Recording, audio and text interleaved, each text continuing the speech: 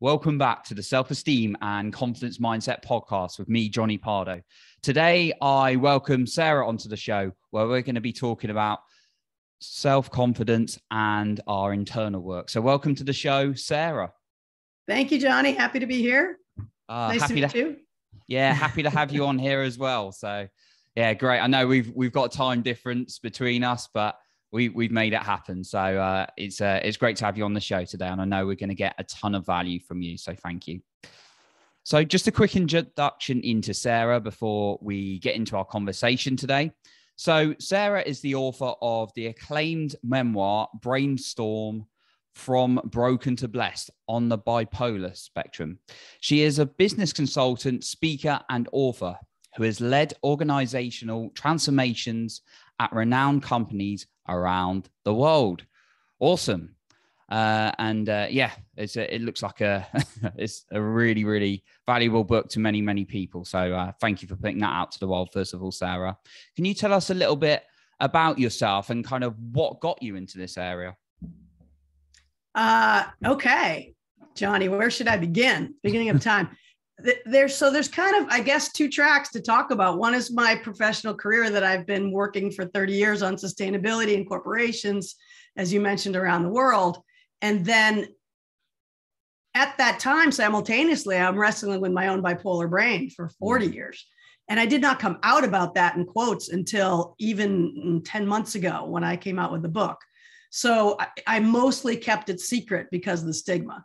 But underneath, I think this podcast is about sort of what's going on the inside. So what the world didn't know is that a lot of what I was doing in organizational transformation, I did a lot of coaching of leaders, sustainability from the inside out, was informed by my own experience working with my bipolar brain. And people didn't know that. But, I think I had a lot of feedback about the depth and authenticity of my work. People didn't know because I'm really working with the real deal here. So we can go into any track you're curious about in any of those domains. Yeah, absolutely. So thanks first of all, kind of like sharing that with us and sharing your story. So kind of my first question really is, obviously you've kind of like shared your story and your challenges, and it's just kind of like this reassurance point I want to make. Like, people you've worked with at all levels, have you experienced people perhaps being challenged at all these different levels by perhaps confidence issues or internal challenges as well? Oh, absolutely. I mean, the one that comes to mind right off the top, I don't know if your UK fans will know about Eileen Fisher. She's a kind of a fashion icon in the US. And I can speak to this because she's very sort of out about it, is that she's working with anxiety all the time. And she's got, she had $1 billion business and worked from the thing up from zero. But she manages that, and with a very, kind of religious meditation practice every morning to work with her anxiety. And then I think further, for your US fans, US listeners, I guess it is, I just gave a TED Talk last week, which you can find. And in preparing for that, I did a bunch of research. And according to the National Alliance on Mental Illness, 1 in 4 Americans right now are dealing with some form of mental health challenge, 1 in 4. So that's like 66 million people. So if you think that you're alone, you are not, if you're dealing with the challenge. And if you think you don't know anybody who is, you are 1 in 4. And that's, I call it the pandemic-induced mental health tsunami. So it might be worse now than it was in previous years. But I think a lot of people are, quote, closeted because, of the stigma. And we got to get over the stigma. That's why I came out with a book. I want people to know. Absolutely. Absolutely. And it's particularly some people I've known has really struggled to kind of admit it, and myself in the past as well, kind of from challenges. Maybe it's not bipolar, but there's all sorts of mental health challenges that go on out there. So absolutely, it's amazing. I mean, I can't tell you, sorry to interrupt, Jonny, but I started a women's CEO network of B corporations. Those are companies that are dedicated to environmental and social good, et cetera. There's a B Corp worldwide movement, which we could have another podcast on. But anyway, so there's about 300 women in this thing. And when I came out with my book, you can't imagine how many 30 something, 40 something, 50 somethings are writing me back going, thank you so much. I've been hiding this my whole life. You've given me courage to now tell the truth. You know, everybody's got a story. No question. Yeah, absolutely. So if an individual is obviously really, really challenged, they may notice something's wrong, but they're a little bit stuck in their head. Sometimes like the simplest things can be quite hard to obviously do and process. What would you suggest to someone who's perhaps really, really challenged at the moment, something really simple they can do as a first step to get out of their head a little bit more? Okay.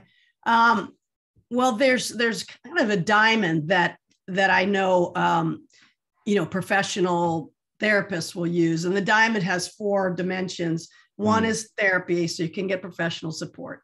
Another one is your own support network, community of friends and family. Third is behavioral change, your own behavioral change. And then 4th is if you need it, if there's a real biochemical imbalance, then medication you can explore. In my case, I do end up needing that. And it took me a long time to accept it, but I thank God for the medication that keeps me stable.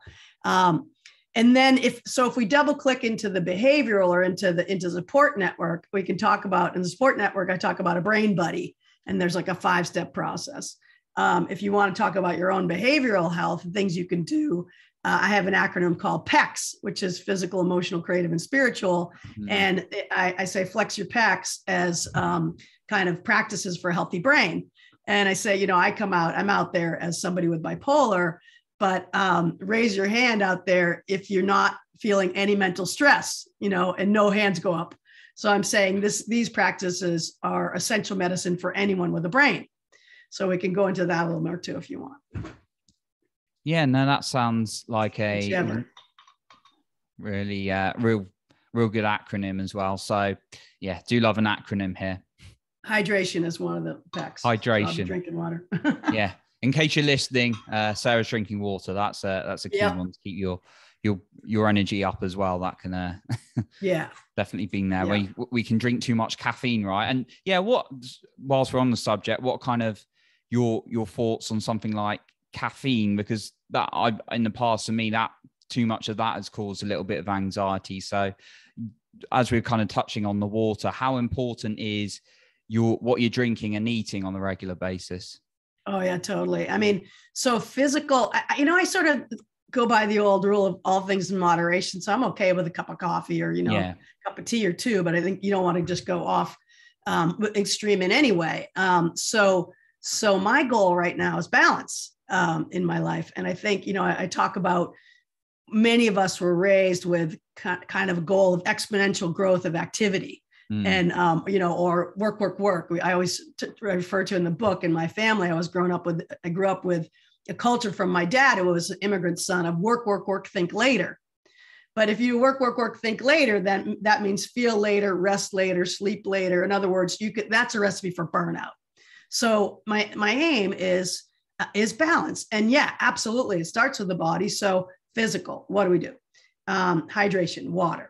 Right? Hydrate. Some people say 8 glasses of water a day.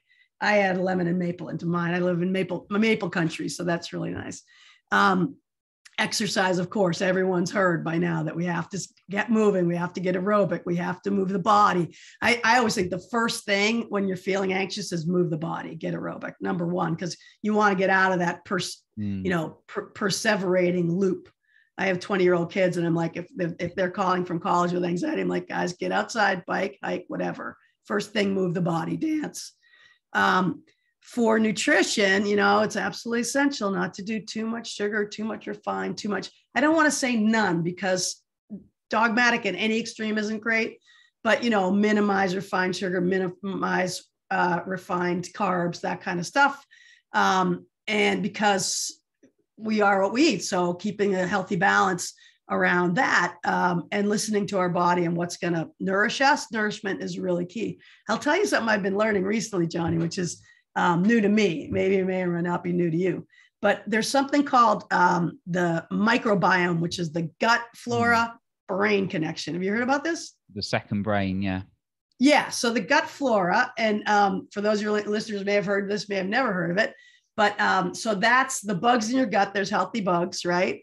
And we have to keep diversity there. Why? Neurotransmitters from the brain are produced for the brain are produced in your gut, and your immune system is produced in your gut. So there's all this research now that it has now, basically, peer-reviewed journals. So we're talking serious science that is proving the correlation between gut health and brain health. Well, that's something I can do, right? I can make sure that I eat some kind of gut flora, good stuff, probiotics. It's like yogurt, kefir, miso. I don't know if you guys have kombucha, kavita, whatever. There's lots of ways to do it, pickles. But a little digression there, somewhat related. One of your UK countrymen, I think, I don't know if you call it Ireland, UK. I'm not sure if it was North or South.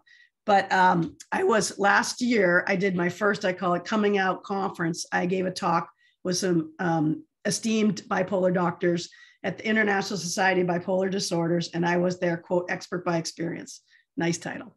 And why am I going to tell you? I'm going to speed to the punchline here is that, so these are 700 bipolar docs that's their focus. That's what they do in life, right?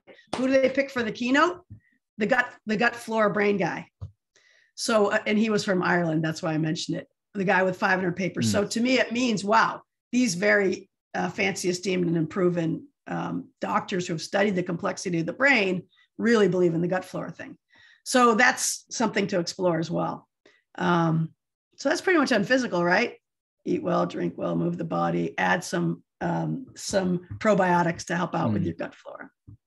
Yeah, awesome. And love what you said about the microbiome as well, adding that in. Yeah. That's a second. And it can be a little bit of a complicated concept first, but like anything, it's you learn more about it and it's going to benefit you if you can get it right. And people make things very easy. A little yogurt.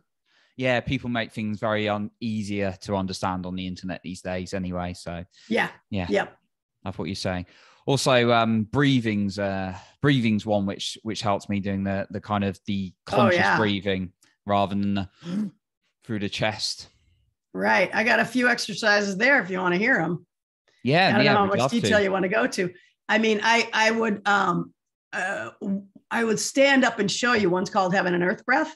And what that is, I don't know if I can stand up and show you, but basically you breathe down to the center of the earth and back up to your heart and then up to the sky through your crown and back down to your heart. And you keep that sort of figure eight loop going. And whether you believe in heaven or not, what it does is it grounds you and lifts you up at the same time. It's very centering. So, I've given a lot of talks and I've, that kind of thing. And nobody knows I'm doing heaven and earth breath when I'm doing it. Right. But before I'm going to give a talk, I'm grounding in a good way myself by doing that deep breath down to the center of the earth in your imagination, back up and then back up to the sky. So there's Heaven and Earth Breath. There's another one called 4, 7, and 8. There is, if people are, dealing more with anxiety, there's something called Mbsr, mindfulness-based stress reduction. And that's a program, happens to be out of University of Massachusetts near me, but it's global. And that teaches you a kind of particular kind of meditation that's focused on stress reduction, on minimizing that. And there's some very simple techniques that I've learned, even though I'm not a steady meditator, because I'm not. I like yoga. I like to move. I can't sit for too long. But there's some just breathing techniques from that I found very helpful. Ah, cool. I love what you said about the yoga and finding something that works for you. Often, and could you tell us a little bit about that in finding your own style in kind of going through your mental health journey, kind of picking on that, not just like yoga, the meditation thing, but in general, because often there's so much information right on the internet and out there that sometimes we get confused. For you, have you found you've been able to find your own style, and would you encourage people to do that? Definitely encourage you to find your own style. You have to do what works for you, right? I mean, even that's the TED talk I just did when I talked about, physical, emotional, creative, and spiritual. Do what gives you pleasure. Under creative, I say things like painting, dancing, writing, singing, cooking. I'm a writer and a cooker. I'm not a dancer, but my kid is, so finding what works for you for sure. And I think it's also important just to take the first step. Like if you are a person that's just beginning on this journey, it can be really overwhelming. And like you said, there's way more information than when I started out. But I think take the first step in something that draws you. Like for me, it was like yoga. I started in 1989, maybe before you were on the planet, Jonny. I don't know. Close anyway. But I started that. Why? Because I'm just like an athlete and I'm interested in moving the body. And I happened to have a roommate that was doing a yoga teacher class. So it was easy to learn from him. So I think, just start with what draws you. And in my talk, if you picked one from each area, physical, okay, what do you like to do? Do you like to hike? Do you like to bike? Do you like to dance? Something that's going to move your body. Emotional, social, make a date with a buddy to go for a walk or join a chorus or, do something that's going to be these days with the internet and with, we're so over isolated compared to usual or compared to history. Find some emotional connection that's outside of the computer, right? Outside of the internet. When I was having my last depression after my mom died, my neighbor grabbed me and said, "You're going to chorus." And I've been in chorus for 7 years since. I love to sing. It lifted me up and it's very social. It's all our community, so something that's emotional, social, find one that you like.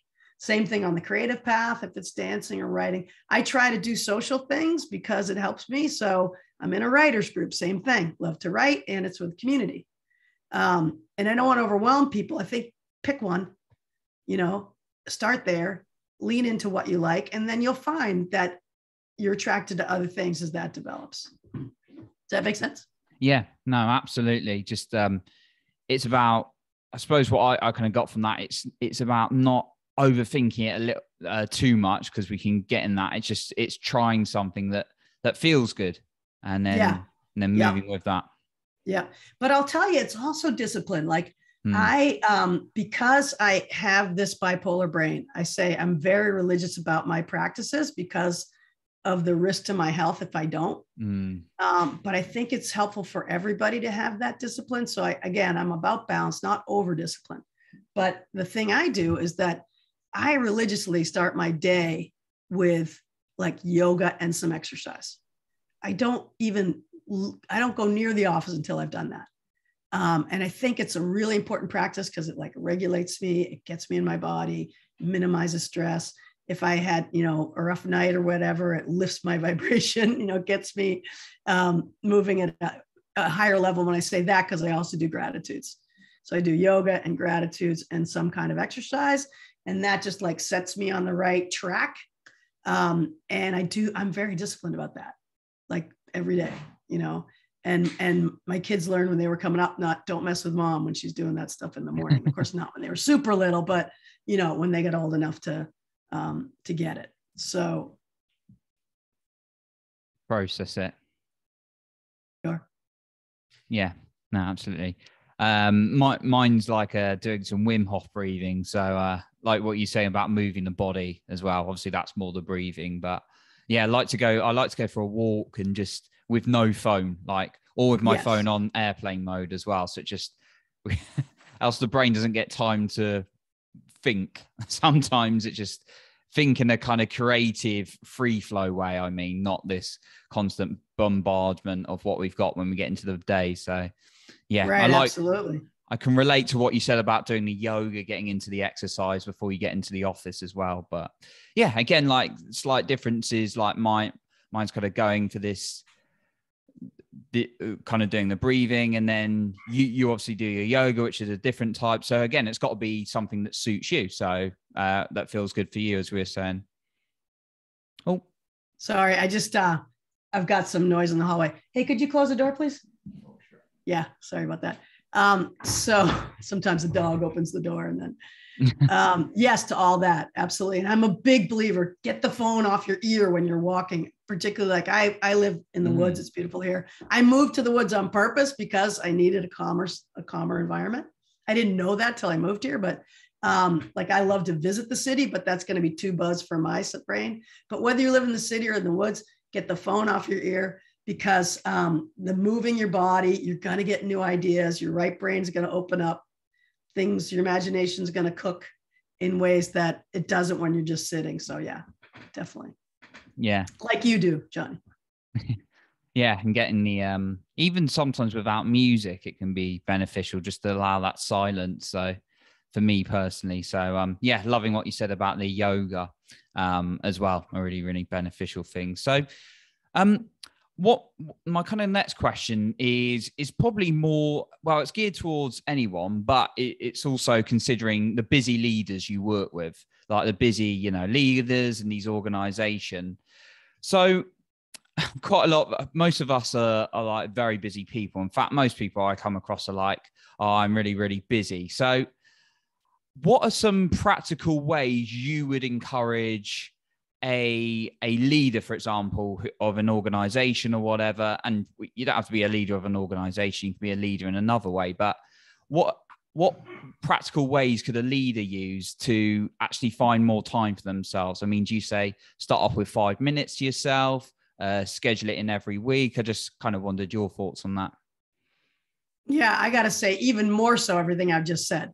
So I've been coaching a number of mostly women because of, you know, the work I've done, but CEOs. So here they are. They've gotten now worse when COVID was at its, you know, it's most intense. So she's a CEO. She's got 150,000 members in her network of companies. Her husband's a CEO. They got 3 kids at home that they're homeschooling because of COVID. They live in a small apartment. It's nuts. Nobody can do this, right? So I say to her, you're the Keystone Species. What does that mean? If you're a wolf in the wild is the Keystone Species. The whole ecosystem depends on the health of the wolf, right? So you are the wolf and you have to take care of yourself. If you burn out, nobody's good, right? And not only that, you don't want to model burnout for your 1,000 employees, right? You want to model for them balance, health, fitness, because it's going to serve the whole company, right?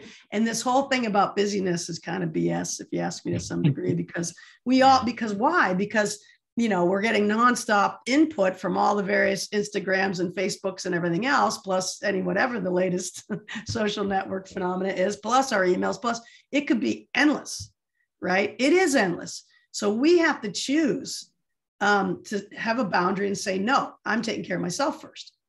So I think for the busy leader, it's even more important. And that means, you know, I do it because I have this, like I said, because I know my life depends on it. And I know that the power of power napping. So I have my 15 minutes in the afternoon and it's not going to get scheduled, right? They don't know that I'm not scheduling it because of that. Nobody knows that 4 to 4:30 is off the table because that's when I'm going to go do my power nap or meditation or walk or whatever it is you do. So I think, yeah, all the more reason. And it's going to pay off in spades. I mean, like, again, I keep telling you, like, tell my kids. So when I was in college, I played varsity sports, right? And the semesters that I played sports with, 20 hours a week of practice were the ones I always did better academically. Go figure. Why is that? Endorphins, fitness, efficiency, because I knew that those 4 hours are going to be over here. So I don't believe in the busyness thing. You got to take care of yourself. Yeah.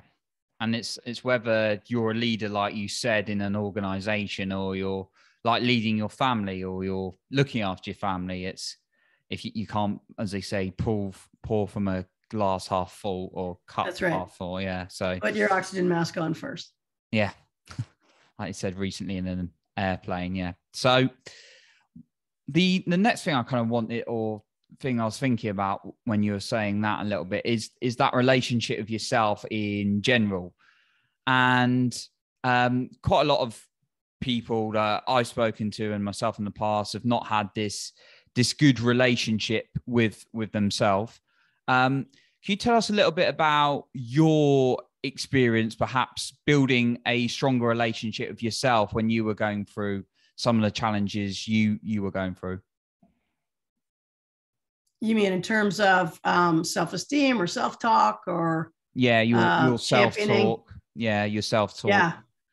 Yeah. I mean, that's tough. I got to say, like, for my particular brain, if I'm in like a bipolar flare, the negative loops are very difficult to overcome.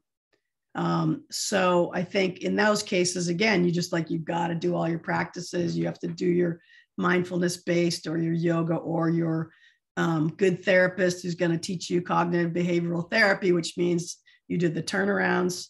If I say to myself, I'm not good enough, then the turnaround is I am good enough. You catch yourself in negative self-talk and flip it to the positive. That's I think it could be a long practice. I mean, Jonny, would get into a whole other conversation. I'm a facilitator for the last 30 years of a personal growth transformation technology called shadow work.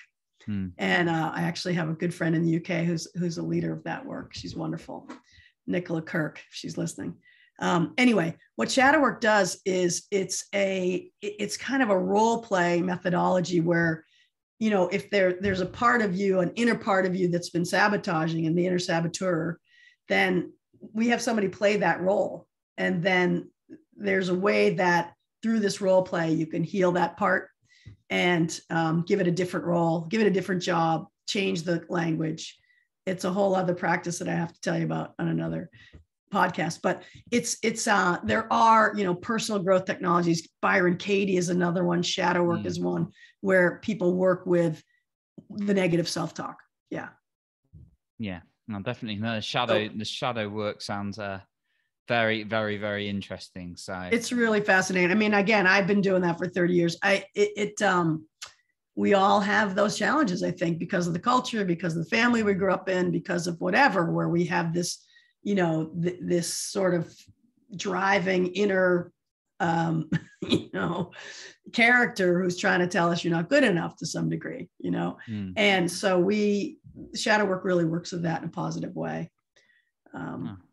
Helps overcome it. And I think, for me now, I don't have those voices showing up. So, I mean, I've been down the path a while, I don't have those voices showing up really anymore very much at all, but I've been doing the work for a long time. Awesome. Certainly some great, valuable techniques you've introduced into your life that, and I know you give value to other people with these as well. So one thing you're kind of touching, we were kind of like touching on, is this kind of like external world and kind of this busy culture and like social media and stuff like that. How important, and we've actually talked about obviously your nutrition, perhaps your physical diet a little bit, and making it in moderation, those kind of things. In terms of the mental diet, as I like to kind of look at it, like what you're consuming into the head in terms of information you're listening to or watching, how important a role was that for you in kind of your journey and looking at that? Wow. Yeah, that's a really good question. I mean, I think that right now with the news globally, that's so painful over and over again, there's a balance, right? Because I have to stay informed. I don't want to like put my head in the sand and pretend it's not happening. But I mostly listen to radio because the visual images are too much for my brain. It's just the way my brain's wired. Like I can't look at the bombing of Ukraine. It's just too much negative information for my brain. I'll have nightmares. I know that about myself. I need to know about it. I can read about it and I can listen to it on the radio. So I think different people are going to be different that way. I think it's also, it's just like a tolerance level. How much can I do that in any given day? I think for me, it's like an hour max, where I'm going to get myself informed. I'm reading the New York Times. I'm going to listen to the radio, whatever. But I have to make sure I'm balancing that with, reading something uplifting, doing my meditation, doing my singing, doing my yoga, going for hikes. When I'm hiking, I'm not listening to the news from Ukraine or what's going on in the US, because it's going to be counterproductive with the rest and renewal I want to do. So I think, and then I think it's also important to surround yourself with positive people. Not that you don't want to support your friends that are going through a hard time, because they are, and you got to be there for them. But I have a dear friend who has survived 2 cancers, and she's a naturopath. And when she was like in the heart of battling her cancer, she would not let anybody negative near her. Nobody was saying like, oh, I'm so sorry for you, or, the chances aren't so great, or because she had a bad cancer. Intelligent. positive influence, positive influence, positive influence. And she beat it so far, knock wood. So I think, I don't want to be around people who are going to bring negative energy into my life, criticize me, be too judgmental, any of that. If I was taking a class, I'm the person who's going to do much better with the teacher who's championing in a positive way than the one that's yelling at you and telling you you're no good. Some people can do that. I can't do that. So I don't think it's positive. I think shaming is not useful. So I don't hang around people who are shaming, bringing in healthy nutrients of the mental brain too. Yeah. Yeah, no, that's some great points there with the whole mental diet. And I'm glad you touched on like the people around you, because that's something we go over again and again on this podcast, just because of the importance. And one of the teachers I've learned from, or one of my, Peter Sage is actually a former guest. He goes on about the people you're hanging around and how you adapt to it actually, and after a certain while to kind of what you're around. So I love what you shared about your friend with the intelligence, because your thoughts can affect obviously chemicals in the body as well. So yes, I love the kind of the intelligence on that, on kind of obviously a severe case of, what she had going on in her body, and actually the importance she realized of people around her.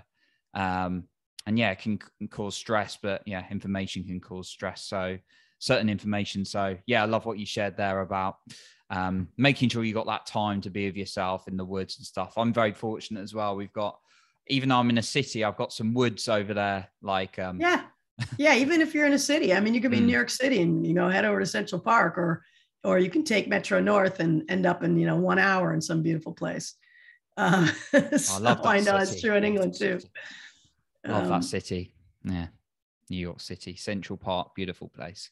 Yeah. I've been there for a while, but yeah. Sarah, so it's so much value you've given today. And obviously there's so much more we could go into. There could be several conversations, but kind of before we kind of like wrap up, and then when we kind of share where people can find you, are there any kind of final points or a final point that you'd share that perhaps you'd like to emphasize?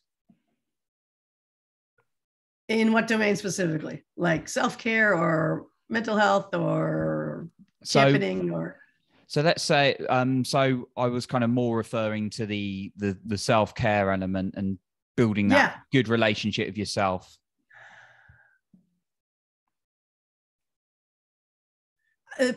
Poet Audre Lorde, I'm going to quote her. She says that self-care is not a luxury. It is preservation. It's not an indulgence. It's preservation. It's absolutely essential. And she even said it was like an act of radical political act to take care of oneself. So I think it's like we're only as good as our own health, as what we model for the world, what our vibration is, if you will, how we lift people up. Whether, it's as a parent, a grandparent, a community leader, a business leader, spiritual leader, in any domain. So really it's like, this is our instrument, right? And lifting up this instrument, I'm pointing to my body if you're listening, is absolutely essential. So give yourself that time. It's not a luxury. It is key, right? You're going to be, whatever your purpose and your mission and your soul's reason for being here on this planet, that self-care on a physical level, emotional level, creative level, and spiritual level is absolutely essential. So do it. Yeah. Brilliant. You have my blessing. Brilliant final words. So Sarah, thank you so much for sharing everything today. It's been an amazing conversation with you, and it's gone very, very quickly. Time flies when you're having fun, as always. But where can people find you and your book as well? Well, thanks, Jonny. So they can find me on my website, which is the same as my name is spelled. I'm going to spell it out because it's not obvious. It's Sarah, S-A-R-A, no H, S-C-H-L-E-Y, sarahschley.com. And that'll probably be in the notes, I imagine. Yeah. And then also, so I have this new memoir that I'm very proud of. It's called Brainstorm: From Broken to Blessed on the Bipolar Spectrum. Brainstorm, from broken to blessed on the bipolar spectrum. And if you look that up, or if you look up Sarah Schley Brainstorm, you'll find it on Amazon. You can get it as an audiobook, an ebook, a hardcover, softcover. I'd be so pleased if you would. If you look at the reviews on there, they're really stellar, and I'm very proud of them because it's just very moving given the topic. And whether you're bipolar or not, there's a lot of information in here that's going to help somebody, this is the feedback I've been getting, yourself or someone else, who's dealing with any kind of challenge. So that's where you can find me. Thanks, Jonny. Awesome. Of course, we'll be sure to share both your website and your book in the notes. And it's awesome to hear you've got an audiobook as well. So very exciting. Yeah, and there's a TED Talk out there. And there's you a look TED for my Talk. name. Actually, though, sorry, it won't be up on TED until September. So maybe too soon to mention that, but it will be on my YouTube channel before long. So okay, yeah, of course. And you got the YouTube channel as well, of course. So can link that one up there as well with all the other valuable content you've got on there. So once again, a big thank you, Sarah, to coming and joining us today on the show. Thank you, Jonny. It's been wonderful to chat with you. Take good care. Take care of yourself. Awesome. So that concludes our episode for today. But remember, work on your self-confidence every single day.